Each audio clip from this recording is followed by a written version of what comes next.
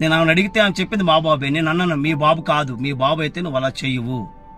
చాలాసేపు అంత ఆర్గ్యూ చేశాను. ఈలోగా సిగ్నల్ పడింది, అయినా నేను వెళ్ళలేదు. మా పాస్టర్ గారు వెళ్ళిపోండి సిగ్నల్ పడిందన్నా సరే అలాగే ఆగి ఆమెతో ఆర్గ్యూ చేశాను. ఆమె అక్కడి నుంచి వెళ్ళిపోయేదాకా ఆమెతో ఆర్గ్యూ చేశాను. అక్కడి నుంచి వెళ్ళిపోయింది ఆమె.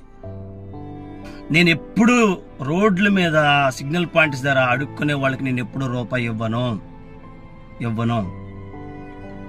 చిన్నపిల్లలు ఎత్తుకునే వాళ్ళకి అసలు నేను చిన్నపిల్లలు చూపించి అడుక్కునే వాళ్ళకి నేను అసలు ఎప్పుడు ఇవ్వను. ఇప్పుడు నేనేం చెప్పాలనుకుంటున్నానంటే, మనం మన పిల్లలకి ఏం చెప్తాము, ఏం నేర్పిస్తామనంటే, ఎవరి దగ్గర చేయి చాపకూడదు, ఎవరి దగ్గర మనం అడగకూడదు, మనం కష్టపడాలి, సంపాదించుకోవాలి, ఇలాగా బ్రతకాలి అనే విషయాలు మనం పిల్లలకి నేర్పిస్తాం కదా. కానీ అలా చెప్పే మనమే ఏం చేస్తామంటే, మళ్ళీ ఇలా రోడ్ల మీదకి వచ్చినప్పుడు ఎవడన్నా పిల్లవాళ్ళు వచ్చి అడుక్కోవడానికి వస్తే మనమే వాళ్ళకి సహాయం చేస్తాం. అంటే ఓ పక్కన ఏం చేస్తున్నామంటే, మనం మన పిల్లలకి చెప్తున్నాము ఏదైతే చేయొద్దని, అదే పనిని మనం వేరే వాళ్ళ చేత చేపిస్తున్నాం. ఇది మనకు తెలియకుండా జరిగే ఒక ప్రాసెస్. ఇదంతా ఒక పెద్ద మాఫియా. ఎవరైతే ఆ పిల్లలు ఎత్తుకొని తిరుగుతున్నారో వాళ్ళంతా కూడా ఒక గ్యాంగ్ కింద ఉంటారన్నమాట, ఒక మాఫియా కింద ఉంటారు. వాళ్ళు చాలా పకడ్బందీగా పనిచేస్తారు. ప్రతిరోజు కూడా వాళ్ళు ఏం చేస్తారంటే ఈ సిగ్నల్ పాయింట్స్ దగ్గర తీసుకొచ్చి వాళ్ళని డ్రాప్ చేసి సాయంకాలం మళ్ళీ వాళ్ళు తీసుకుని వెళ్తూ ఉంటారు. కొన్ని వేల రూపాయలు వాళ్ళు వసూలు చేస్తారు. కారణం ఏంటంటే మళ్ళాగా జాలిపడి ఇచ్చే వాళ్ళ ద్వారా. మరి ఆ పిల్లలు ఆ ఒంటి మీద మీరు ఎప్పుడన్నా గమనించండి, ఆ పిల్లలు వాళ్ళ ఒంటి మీద అలా జారబడి అలా పడుకునే ఉంటారు. చాలాసార్లు గమనించారో లేదో మీరు. కారణం ఏంటి తెలుసా?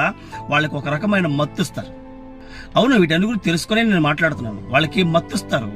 ఆ మత్తు వల్ల ఏంటంటే ఆ పిల్లలు ఆ ఒంటి మీద అలాగే జారబడిపోయి సాయంకాలం వరకు కూడా వాళ్ళు లేరు. ఇంకా ఇప్పుడు సమ్మర్ వస్తుంది, ఆ సమ్మర్లో కూడా వాళ్ళు వదిలిపెట్టరు వాళ్ళని. కారణం ఏంటంటే వాళ్ళకి డబ్బు కావాలి. ఇది ఒక పెద్ద మాఫియా నడుస్తుంది.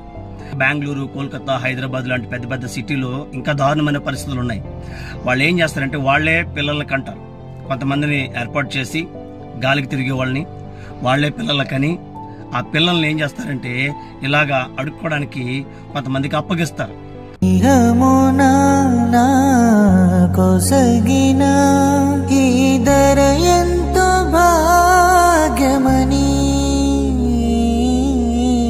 తలచితి నే భ్రమచితి అందయో నాకు సొంతమని, ఆశతో నేను పరుగెడితే ఇలలో నా చెలిమికై ప్రతి హృదయము స్వాదమయే